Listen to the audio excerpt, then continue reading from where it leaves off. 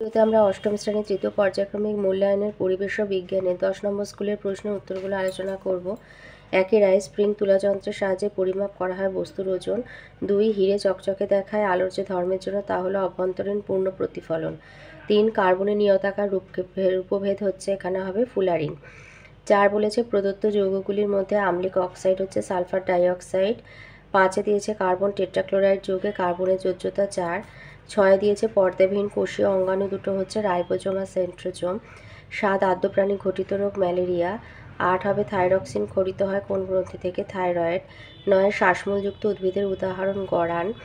10 বহু বর্ষজীবী বিরুৎ জাতীয় গাছের উদাহরণ এলাচ।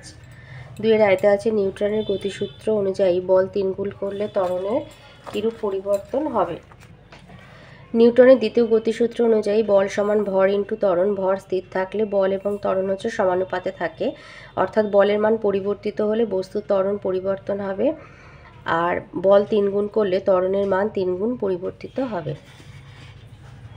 1 নাম্বার আছে, শুধু লিখবে যে নিউটনের গতিসূত্র অনুযায়ী বল 3 গুণ করলে ত্বরণও 3 গুণ পরিবর্তিত হবে বা বৃদ্ধি পাবে। অথবাতে বলেছে সমুদ্রের জল ও নদীর জলের মধ্যে কার প্লবতা বেশি। সমুদ্রের জলে লবণ বেশি, তাই ঘনত্ব বেশি, প্লবতাও বেশি। তিনি দিয়েছে একটি মোমবাতির শিখা থেকে 1.5 মিটার দূরত্বে একটি দর্পণ রাখা আছে। তার মানে শিখাটা ধরো বস্তু আর দর্পণের দূরত্ব 1.5 মিটার, তাহলে তার শিখার প্রতিবিম্বের মধ্যেকার দূরত্ব হবে 1.5 প্লাস 1.5 মানে 3 মিটার। অথবাতে দিয়েছে প্রতিবিম্বের সংখ্যা 7 হলে দর্পণের মধ্যবর্তী কোণ n সমান 360 ডিগ্রি ভাজিত 7 যোগ 1 মানে 45 ডিগ্রি। 3 দিয়েছে একটি জৈব পলিমারের নাম লেখো সেলুলোজ। 4 বলেছে অন্তর্ধৃত হাইড্রোজেন সাধারণ হাইড্রোজেন অপেক্ষা ভারী না হালকা হয়, তাই সামান্য তাপ প্রয়োগ করলেই তা বেরিয়ে আসে। 5 দিয়েছে নিউট্রনবিহীন একটি পরমাণুর নাম প্রোটিয়াম। অথবাতে বলেছে রাসায়নিক ধর্মের জন্য দায়ী কোন কণা, প্রোটন কণা। 6 বলেছে শূন্যস্থান পূরণ করো, মানুষের রক্তে জীবাণুকে মেরে ফেলার জন্য শ্বেত রক্তকণিকা থাকে। 7 সত্য বা মিথ্যা লেখো, মানুষের দেহের ক্ষুদ্রান্তে এক ধরনের ব্যাকটেরিয়া থাকে যারা ভিটামিন B12 তৈরি করে, সত্য।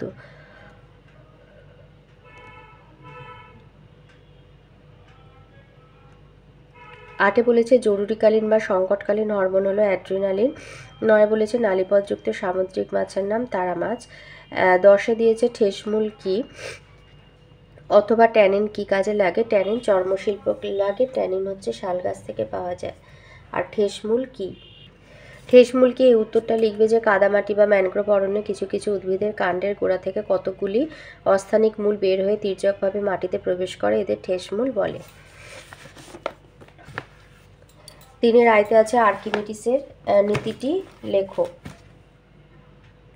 বইয়ের 16 পাতায় আছে যে কোনো একটি বস্তুকে কোনো তরলে ডুবালে ওই বস্তুটি কিছুটা তরলকে তার জায়গা থেকে সরিয়ে দেয় ও নিজে সেই জায়গা দখল করে। বস্তুটিকে জায়গা দিতে গিয়ে যতটা তরল নিজের জায়গা থেকে সরে গেল সেই পরিমাণ তরলের ওজন যত, বস্তুর ওপর তরলে দেওয়া ঊর্ধ্বমুখী বলের বা প্লবতার মানও তত। 2 বলেছে সমতল দর্পণে সৃষ্ট প্রতিবিম্বের 2টি বৈশিষ্ট্য লেখো। এটা ছায়া থেকে দিচ্ছি। সমতল দর্পণে সৃষ্ট প্রতিবিম্বের বৈশিষ্ট্য 1 হচ্ছে সমতল দর্পণ থেকে বস্তুর দূরত্ব আর দর্পণ থেকে গঠিত প্রতিবিম্বের দূরত্ব পরস্পর সমান হয়। আর 2 সৎ বস্তুর অসৎ প্রতিবিম্ব আর অসৎ বস্তুর সৎ প্রতিবিম্ব গঠিত হয়। অথবাতে আছে অভ্যন্তরীণ পূর্ণ প্রতিফলনের প্রয়োজনীয় 2টি শর্ত লেখো। অভ্যন্তরীণ পূর্ণ প্রতিফলনের শর্ত 1 হচ্ছে আলোকরশ্মিকে অবশ্যই ঘন মাধ্যম থেকে লঘু মাধ্যমের দিকে এসে 2 মাধ্যমের বিভেদতলে আপতিত হতে হবে, আর 2 নির্দিষ্ট বর্ণের আলোর ক্ষেত্রে ঘন মাধ্যমে আপতন কোণের মান মাধ্যমদ্বয়ের সংকট কোণ অপেক্ষা বেশি হতে হবে। 3 দিয়েছে বিশ্ব উষ্ণায়ন বলতে কি বোঝায়। এইটা লিখবে যে সভ্যতার অগ্রগতির সঙ্গে সঙ্গে শিল্পায়নের প্রসার, বনসম্পদের ব্যাপক ধ্বংসসাধন, অপরিকল্পিত নগরায়ন, ব্যাপক হারে কয়লা, পেট্রোল, ডিজেল ইত্যাদির দহনের ফলে বায়ুতে CO2 এর পরিমাণ ক্রমশ বাড়ছে। এর ফলে পৃথিবীর উষ্ণতাও বাড়ছে, সঙ্গে সঙ্গে বাড়ছে ভূপৃষ্ঠের জলের বাষ্পীভবন এবং বায়ুমণ্ডলে জলীয় বাষ্পের পরিমাণও। মূলত এই 2টি গ্রিনহাউস গ্যাস মানে CO2 জলীয় বাষ্প ভূপৃষ্ঠ আর বায়ুমণ্ডলের উষ্ণতা দিন দিন বাড়িয়ে তুলছে, একেই বলা হয় বিশ্ব উষ্ণায়ন। অথবাতে আছে তাপন মূল্য বলতে কি বোঝায়। এইটা লিখবে যে একক ভরের জ্বালানির সম্পূর্ণ দহনে যে পরিমাণ তাপশক্তি পাওয়া যায় তাকে ওই জ্বালানির তাপন মূল্য বা ক্যালোরি মূল্য বলা হয়। সিজিএস আর এসআই পদ্ধতিতে একক যথাক্রমে ক্যালোরি পার গ্রাম আর কিলো ক্যালোরি পার কেজি বা জুল পার কেজি।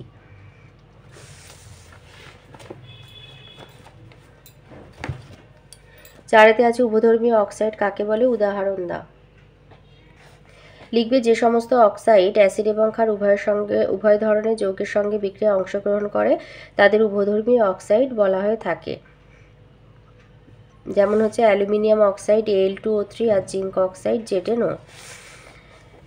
অথবাতে বলেছে একটি বিক্রিয়ার সাহায্যে দেখাও যে হাইড্রোজেন বিজারক হিসাবে কাজ করে। এটা আছে বইয়ের 131 পাতায়। যে বিজারণ ক্রিয়া, অক্সিজেনের প্রতি হাইড্রোজেনের বিশেষ আসক্তি দেখা যায়। অক্সিজেনের সঙ্গে যুক্ত হওয়ার প্রবণতা থাকার ফলে হাইড্রোজেন বিজারক রূপে কাজ করে। উত্তপ্ত কালো কিউপ্রিক অক্সাইডের ওপর দিয়ে হাইড্রোজেন গ্যাস চালনা করলে কিউপ্রিক অক্সাইড বিজারিত হয়ে লালচে বাদামি রঙের কপার উৎপন্ন হয় আর হাইড্রোজেন নিজে জারিত হয়ে জলে পরিণত হয়। 5 দিয়েছে রাদারফোর্ডের পরমাণু মণ্ডলে 2টি সিদ্ধান্ত লেখো। রাদারফোর্ডের পরমাণু মণ্ডলের সিদ্ধান্ত 1 হচ্ছে পরমাণুর মধ্যে বেশিরভাগ জায়গায় ফাঁকা। 2 পরমাণুর প্রায় সমস্ত ভরই তার মাঝখানে অতি অল্প জায়গায় জড়ো হয়ে আছে আর এই ভারী অংশে তিনি নাম দিয়েছিলেন নিউক্লিয়াস। অথবাতে বলেছে সমযোজী যৌগ আর আয়নীয় যৌগে 2টি পার্থক্য লেখো। আয়নীয় যৌগ হচ্ছে তোমার আয়নীয় যৌগ জলীয় দ্রবণে আর গলিত অবস্থায় তড়িৎ পরিবহন করে। সমযোজী যৌগ কোনো অবস্থাতেই তড়িৎ পরিবহন করে না, ব্যতিক্রম HCl। দ্রাব্যতা হচ্ছে আয়নীয় যৌগ এরা ধ্রুবীয় দ্রাবক, যেমন জলে দ্রাব্য কিন্তু জৈব দ্রাবকে অদ্রাব্য। আর সমযোজী যৌগ ধ্রুবীয় দ্রাবক মানে জলে সাধারণত অদ্রাব্য কিন্তু জৈব দ্রাবকে দ্রাব্য। 6তে দিয়েছে উদ্ভিদ কোষ আর প্রাণী কোষের 2টি পার্থক্য লেখো। উদ্ভিদ কোষ আর প্রাণী কোষের পার্থক্য হচ্ছে উদ্ভিদ কোষ আবরক রূপে কোষ প্রাচীর কোষ পর্দা বর্তমান, প্রাণী কোষের আবরক রূপে কেবলমাত্র কোষ পর্দা বর্তমান। উদ্ভিদ কোষ সাইটোপ্লাজমে প্লাস্টিড থাকে আর প্রাণী কোষের সাইটোপ্লাজম প্লাস্টিড বিহীন হয়। 7 দিয়েছে নিউট্রিফিকেশন কাকে বলে। নাইট্রিফিকেশন কাকে বলে, কিছু সবুজীব ব্যাকটেরিয়া অ্যামোনিয়াম আয়নকে নাইট্রেটে জারিত করে নিজেদের কোষে প্রোটোপ্লাজম গঠনে ব্যবহার করে। এই প্রক্রিয়াকে নাইট্রিফিকেশন বলা হয়ে থাকে। যেমন হচ্ছে অ্যামোনিয়াম আয়নের নাইট্রাইট আয়নে জারণ নাইট্রোসোমোনাস নাইট্রোককাস ব্যাকটেরিয়া দ্বারা সম্পন্ন হয় আর নাইট্রাইট আয়নের নাইট্রেটে জারণ হচ্ছে নাইট্রোব্যাক্টার দ্বারা সম্পন্ন হয়। অথবাতে আছে অ্যান্টিবায়োটিক কি আর কে প্রথম কি অ্যান্টিবায়োটিক আবিষ্কার করেছিলেন। লিখবে বিশেষ কিছু ব্যাকটেরিয়া এবং ছত্রাকের দেহ নিঃসৃত কিছু কিছু জৈব যৌগ অন্যান্য ব্যাকটেরিয়ার বৃদ্ধিতে বাধা দেয় অথবা তাদের মেরেও ফেলে। এইসব যৌগকে নানাভাবে বিশুদ্ধিকরণের আর প্রয়োজনে রাসায়নিকভাবে পরিবর্তনের মাধ্যমে নানান জীবনদায়ী ওষুধ তৈরি করা হয়। জীবনদায়ী ওষুধগুলোকে অ্যান্টিবায়োটিক বলা হয়। তাহলে আলেকজান্ডার ফ্লেমিং প্রথম অ্যান্টিবায়োটিক আবিষ্কার করেছিলেন আর তার আবিষ্কৃত অ্যান্টিবায়োটিক হচ্ছে পেনিসিলিয়াম নোটেটাম ছত্রাক থেকে।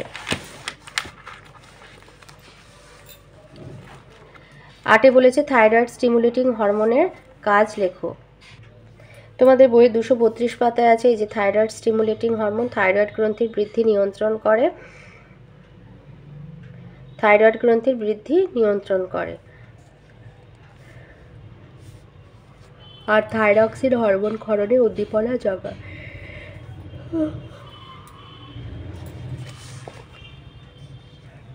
9 দিয়েছে বনে আগুন লাগলে কি কি ক্ষতি হয়। বনে আগুন লাগলে কি কি ক্ষতি হয়। 1 হচ্ছে বন ছাড়া মানুষের বেঁচে থাকা সম্ভব নয়। বনে আগুন লেগে বন নষ্ট হলে বাতাসে CO2 এর ঘনত্ব বাড়তে থাকে আর O2 এর ঘনত্ব কমতে থাকে, ফলে পরিবেশের তাপমাত্রা ক্রমশ বাড়তে থাকে। 2 হচ্ছে বনের মাটি আর গাছের পাতা বৃষ্টিপাতের প্রায় 50% শুষে নেয়। বনে আগুন লাগার পর মাটি আর গাছের পাতার সেই ক্ষমতা থাকে না, ফলে বন্যার সম্ভাবনা বৃদ্ধি পায়। 3 হচ্ছে বড় গাছগুলো পুড়ে যাওয়ার ফলে প্রবল বৃষ্টিপাতের সময় মাটির ক্ষয় বেড়ে যায়। দাবানলের পর প্রথম বৃষ্টিপাতের সময় জলে ছাই মিলে যাওয়ায় জল দূষণ হতে পারে। আর 4 বনে আগুন লাগলে বহু প্রাণীর তৎক্ষণাৎ মৃত্যু হয়, বাকিরা আশ্রয় হারিয়ে ফেলে। আচ্ছা 9 অথবাতে বলেছে সান বুশম্যান কাদের বলে। আর থর মরুভূমির সবচেয়ে বড় পাখি হচ্ছে উট পাখি আর সান বুশম্যান কাদের বলা হয়। এটা আছে বইয়ের 66 পাতাতে।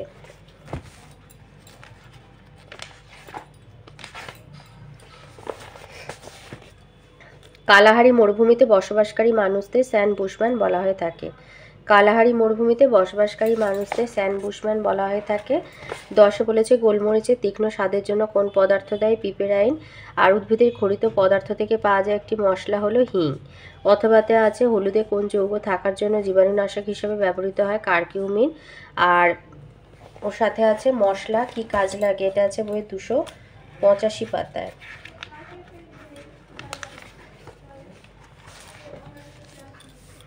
মশলা কি কাজে লাগে? মশলা 1 হচ্ছে জুলো খাবারের স্বাদ আনতে সাহায্য করে। 2 সংরক্ষক রূপে আচার, চাটনি ইত্যাদিতে কাজ করে। 3 লালারসের ক্ষরণ বাড়িয়ে হজমে সাহায্য করে। 4 মুখগহ্বরকে ক্ষতিকারক জীবাণু মুক্ত রাখতে সাহায্য করে। 4 রাইতে আছে 2টি একই আয়তনের বোতলে একই পরিমাণে ভিন্ন ভিন্ন তরল রাখা আছে। বোতল সমেত একটার ভর 3 কেজি, অপরটার ভর 3.5 কেজি। কোন তরলের ঘনত্ব বেশি? তো যে তরলের ভর 3.5 কেজি তার ঘনত্ব বেশি। ওর সাথে আছে প্লবতা বল কোন কোন বিষয়ের উপরে নির্ভর করে? লিখবে প্লবতা বল হচ্ছে 3টে বিষয়ের উপর নির্ভর করে। 1 হচ্ছে অপসারিত তরলের আয়তন। অপসারিত তরলের আয়তন যত বেশি হবে প্লবতা তত বেশি হবে। 2 হচ্ছে তরলটির ঘনত্ব। ব্যবহৃত তরলটির ঘনত্ব যত বেশি হবে প্লবতা তত বেশি হবে। 3 অভিকর্ষজ ত্বরণ। সংশ্লিষ্ট স্থানে অভিকর্ষজ ত্বরণ জি এর মান যত বেশি হবে প্লবতা তত বাড়বে। অথবাতে আছে বায়ুমণ্ডলে চাপ মাপা হয় কোন যন্ত্রের সাহায্যে? ব্যারোমিটার যন্ত্রের সাহায্যে। ওর সাথে আছে তরলের মধ্যস্থ কোনো বিন্দুতে চাপ কোন কোন বিষয়ের উপরে নির্ভর করে? তরলের মধ্যস্থ কোনো বিন্দুতে চাপ যে যে বিষয়ের উপর নির্ভর করে সেটা হচ্ছে 1 হলো বিন্দুটির গভীরতা অর্থাৎ তরলের উপরিতল থেকে ওই বিন্দুর দূরত্ব। 2 হচ্ছে তরলের ঘনত্ব। আর 3 হচ্ছে ওই স্থানে তরলের অভিকর্ষজ ত্বরণের মানের ওপর অর্থাৎ ও বিন্দুতে তরলের চাপ P সমান HDG। 2তে দিয়েছে সদ্বিম্ব কাকে বলে? আর ওর সাথে আছে আলোর প্রতিসরণের সূত্র দুটি লেখো। সদ্বিম্ব কাকে বলে? কোনো বিন্দু উৎস থেকে আগত আলোকরশ্মিগুচ্ছ প্রতিফলিত বা প্রতিসৃত হওয়ার পর দ্বিতীয় কোনো বিন্দুতে যদি প্রকৃতই মিলিত হয় তবে সেই বিন্দুকে ওই বিন্দু উৎসের সদ্বিম্ব বলা হয়ে থাকে। আর ওর সাথে আছে আলোর প্রতিসরণের সূত্র লেখো।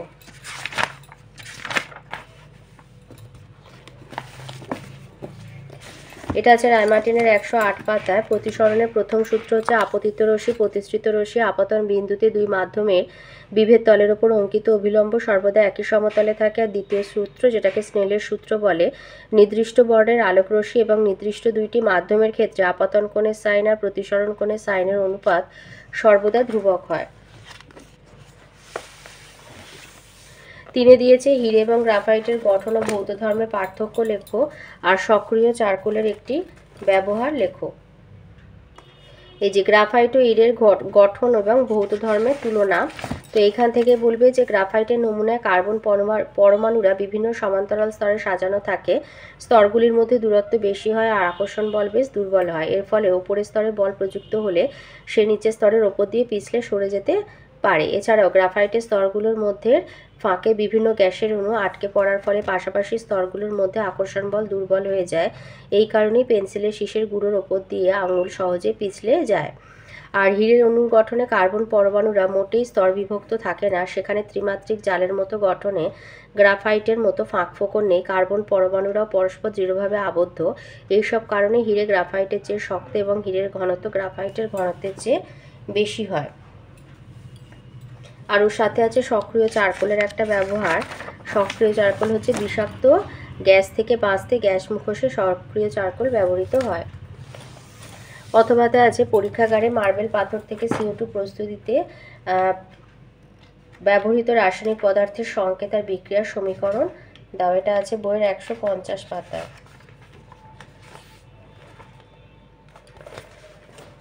মার্বেল মানে হচ্ছে CaCO3 উচ্চ তাপমাত্রায় প্রায় 1000 ডিগ্রি সেলসিয়াস তাপমাত্রা প্রয়োগ করলে ক্যালসিয়াম অক্সাইড আর কার্বন ডাই অক্সাইড গ্যাস উৎপন্ন হয়। ওর সাথে আছে জৈব বা বায়োগ্যাস বলতে কি বোঝায়? এটা আছে বইয়ের 146 পাতায়। লিখবে যে জৈব আবর্জনা বাতাসের অনুপস্থিতিতে জীর্ণকরণ করে পাওয়া গ্যাসকে জৈব গ্যাস বা বায়োগ্যাস বলা হয়। এটা সম্পূর্ণ জ্বালানি হিসাবে ব্যবহৃত হয়।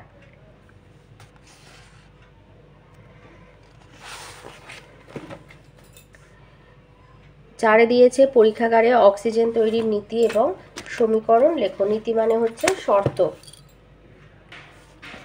আচ্ছা, পরীক্ষাগারে অক্সিজেন তৈরির এই যে বিক্রিয়ার নীতি বা শর্ত হচ্ছে পরীক্ষাগারে 4 ভাগ ভরের পটাশিয়াম ক্লোরেটের সঙ্গে 1 ভাগ ভরের ম্যাঙ্গানিজ ডাইঅক্সাইড মিশিয়ে 200 থেকে 240 ডিগ্রি সেলসিয়াস উষ্ণতায় উত্তপ্ত করলে পটাশিয়াম ক্লোরাইড গলে যায় ও পরে বিয়োজিত হয়ে পটাশিয়াম ক্লোরাইড এবং অক্সিজেন গ্যাস উৎপন্ন হয়। ম্যাঙ্গানিজ ডাইঅক্সাইড এক্ষেত্রে ধনাত্মক অনুঘটকের কাজ করে।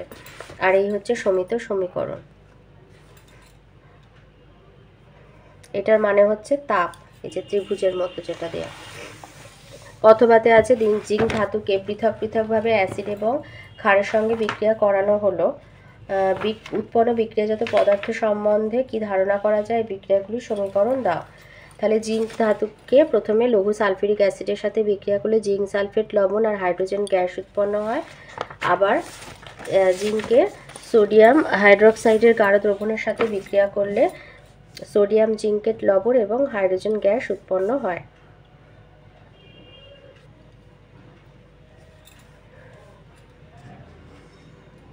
আর এর থেকে বোঝা যায় যে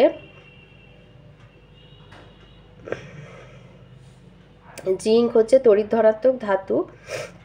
জিঙ্ক হলো তড়িৎ ধনাত্মক ধাতু, তাই এরা ক্ষারীয় দ্রবণ থেকে হাইড্রোজেন গ্যাস মুক্ত করতে পারে।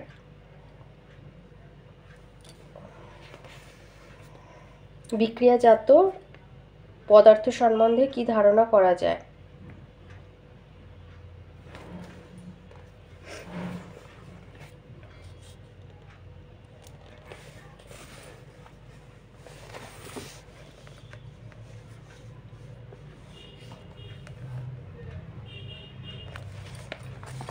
এই যেখানে দিয়েছে বিক্রিয়াজাত পদার্থ উৎপাদন সম্বন্ধে বিষয়টি জানা, তা হলো যে জিঙ্কের মতো তড়িৎ ধনাত্মক ধাতুরা লঘু অ্যাসিড থেকে হাইড্রোজেন গ্যাস মুক্ত করে। এখানেও ওই জিঙ্ক হচ্ছে তড়িৎ ধনাত্মক ধাতুরা ক্ষারীয় দ্রবণ থেকে হাইড্রোজেন গ্যাস মুক্ত করতে পারে।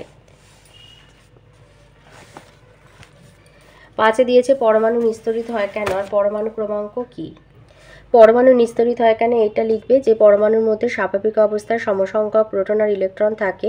একটি প্রোটনে থাকা ধনাত্মক আধানের পরিমাণ একটি ইলেকট্রনের ঋণাত্মক আধানের পরিমাণের সমান, তাই পরমাণুর মোট ধনাত্মক আধান আর তাতে উপস্থিত মোট ঋণাত্মক আধান পরস্পর সমান হয় এবং দুই প্রকার আধান পরস্পরকে প্রতিমিত করে, ফলে পরমাণু নিস্তরিত হয়। বস্তু যেহেতু পরমাণু দিয়ে তৈরি, তাই পরমাণু নিস্তরিত হলে বস্তুগুলোও নিস্তরিত হয়। ওর সাথে আছে পরমাণু ক্রমাঙ্ক কি? কোন মৌলের পরমাণু নিউক্লিয়াসে উপস্থিত প্রোটন সংখ্যাকে তার পরমাণু ক্রমাঙ্ক বলা হয়ে থাকে। তাহলে কোনো মৌলের পরমাণু নিউক্লিয়াসে উপস্থিত প্রোটন সংখ্যাকে তার পরমাণু ক্রমাঙ্ক বলে। অথবাতে আছে কোনো মৌলের ভর হচ্ছে 12 আর পারমাণবিক সংখ্যা 6। গঠন চিত্র আঁকো। আর একটি তড়িৎযোজী যৌগের উদাহরণ হচ্ছে সোডিয়াম ক্লোরাইড। আর এই ছবিটা 80 পাতায় আছে। এই যে কার্বনের এই ছবিটা দেবে, এই যে সি লেখা, সি মানে কার্বন। এই যে 1 2 3 4 5 6, 1 2 3 4 5 6, 6টা ইলেকট্রন মানে 6টা প্রোটন আছে আর ভর সংখ্যা 6 আর 6 12। এই ছবিটা দিয়ে দেবে।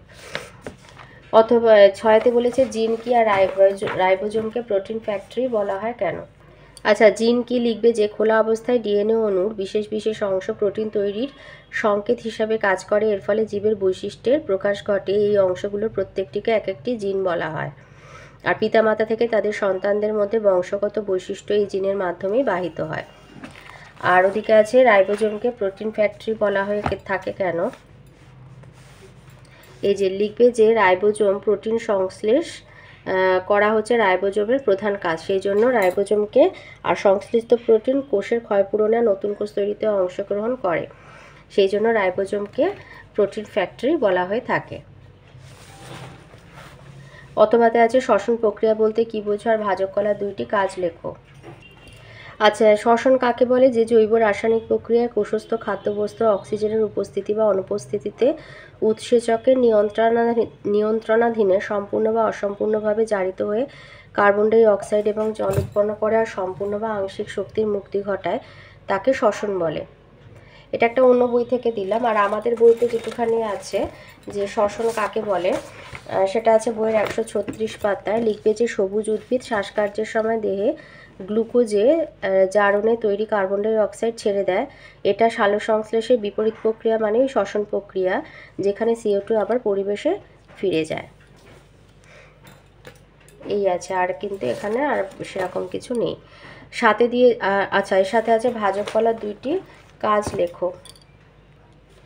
ভাজক কলার 2টো কাজ হচ্ছে নতুন অঙ্গ সৃষ্টি করা আর মূলকাণ্ডের দৈর্ঘ্য বৃদ্ধি করা। সাথে দিয়েছে খুব কম বা বেশি তাপমাত্রায় বেঁচে থাকতে পারে এমন একটি ব্যাকটেরিয়ার নাম লেখো আর ভাইরাসের 2টি বৈশিষ্ট্য লেখো। আচ্ছা, সাধারণত বেশিরভাগ অণুজীব 25 থেকে 38 ডিগ্রি সেলসিয়াস তাপমাত্রার মধ্যে তাড়াতাড়ি বাড়ে বেঁচে থাকে, তবে কোনো কোনো অণুজীব -10 ডিগ্রি সেলসিয়াসের নিচে বা 100 ডিগ্রি সেলসিয়াস তাপমাত্রার উপরে বেঁচে থাকতে পারে। এদেরকে বলা হচ্ছে থার্মোফিলিক ব্যাকটেরিয়া।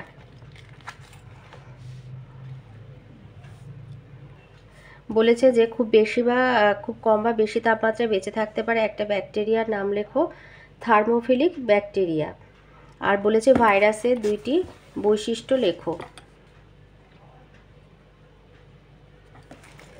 ভাইরাসের 2টো বৈশিষ্ট্য হচ্ছে,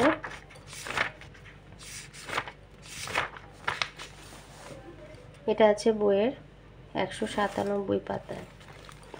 ভাইরাসের 2টো বৈশিষ্ট্য, এক হচ্ছে এদের কোনো রকম কোষীয় গঠন নেই, 2 হচ্ছে এদের কোনো কোষ আবরণী সাইটোপ্লাজম বা নিউক্লিয়াস থাকে না, পরিবর্তে বাইরে প্রোটিনের তৈরি খোলকের মধ্যে নিউক্লিক অ্যাসিড, ডিএনএ বা আরএনএ থাকে। 8 দিয়েছে হরমোন কি আর বয়স সন্ধিকালীন সময়ে ছেলে আর মেয়েদের দেহে কি কি পরিবর্তন লক্ষ্য করা যায়। আচ্ছা, হরমোন কি এটা লিখবে যে জৈব রাসায়নিক পদার্থ কোনো নির্দিষ্ট অনাল বা অন্তঃক্ষরা গ্রন্থি থেকে নিঃসৃত হয়ে দেহ তরলের মাধ্যমে বাহিত হয়ে প্রধানত দূরবর্তী কোনো অঞ্চলের লক্ষ্য কোষে পৌঁছায় এবং কোষগুলি নির্দিষ্ট ক্রিয়াকলাপ নিয়ন্ত্রণের দ্বারা জীবদের বৃদ্ধি, পরিস্ফুরণ, জনন প্রভৃতি প্রভাবিত করে আর ক্রিয়া শেষে ধ্বংসপ্রাপ্ত হয়, তাকে হরমোন বলে, যেমন সোমাটোট্রফিক হরমোন, অ্যাড্রিনালিন হরমোন ইত্যাদি। ওর সাথে আছে যে বয়স সন্ধিকালীন সময়ে ছেলে মেয়েদের দেহে কি কি পরিবর্তন লক্ষ্য করা যায়।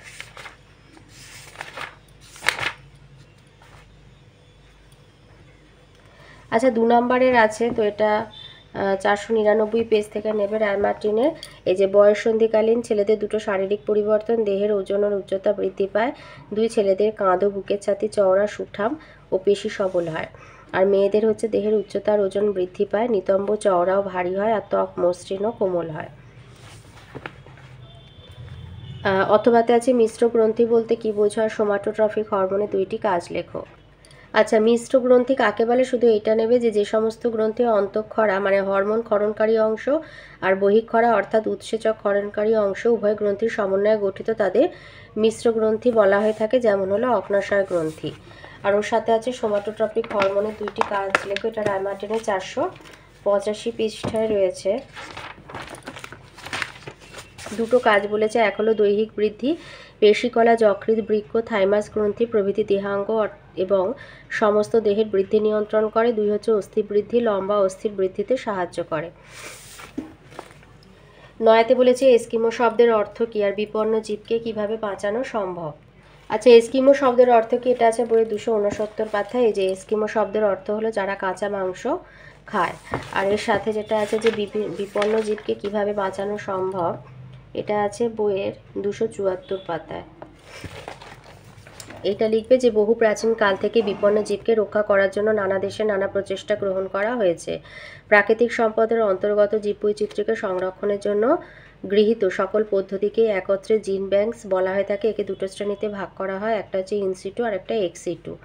আচ্ছা, বিপন্ন উদ্ভিদ ও প্রাণীকে যখন তাদের প্রাকৃতিক পরিবেশে সাধারণ বাস্তুতন্ত্র বা মানুষের তৈরি বাস্তুতন্ত্রে সংরক্ষণ করা হয়, তখন ওই জীবের স্বাভাবিক বাসস্থান বা মানুষের তৈরি বনকে সংরক্ষিত বন বলে ঘোষণা করা হয়। এটা আবার নানা ধরনের হয়, অভয়ারণ্য, ন্যাশনাল পার্ক, বায়োস্ফিয়ার রিজার্ভ এবং ভূপ্রাকৃতিক দৃশ্য। এই ধরনের সংরক্ষণকে ইনসিটু সংরক্ষণ বলা হয়।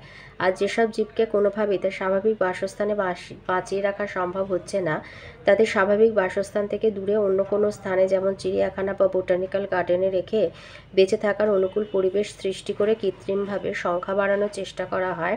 এই ধরনের সংরক্ষণকে এক্সিটু সংরক্ষণ বলা হয়। এছাড়াও বিশেষত অণুজীব আর উদ্ভিদের জিন, কোষ, কলার বীজকে গবেষণাগারে সংরক্ষণ করে রাখা হয়।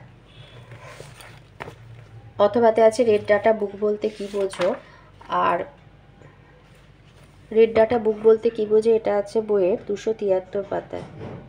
আর বলেছে মরুভূমিতে গাছগুলি বেঁচে থাকার জন্য তাদের দেহে কি কি পরিবর্তন লক্ষ্য করা যায়।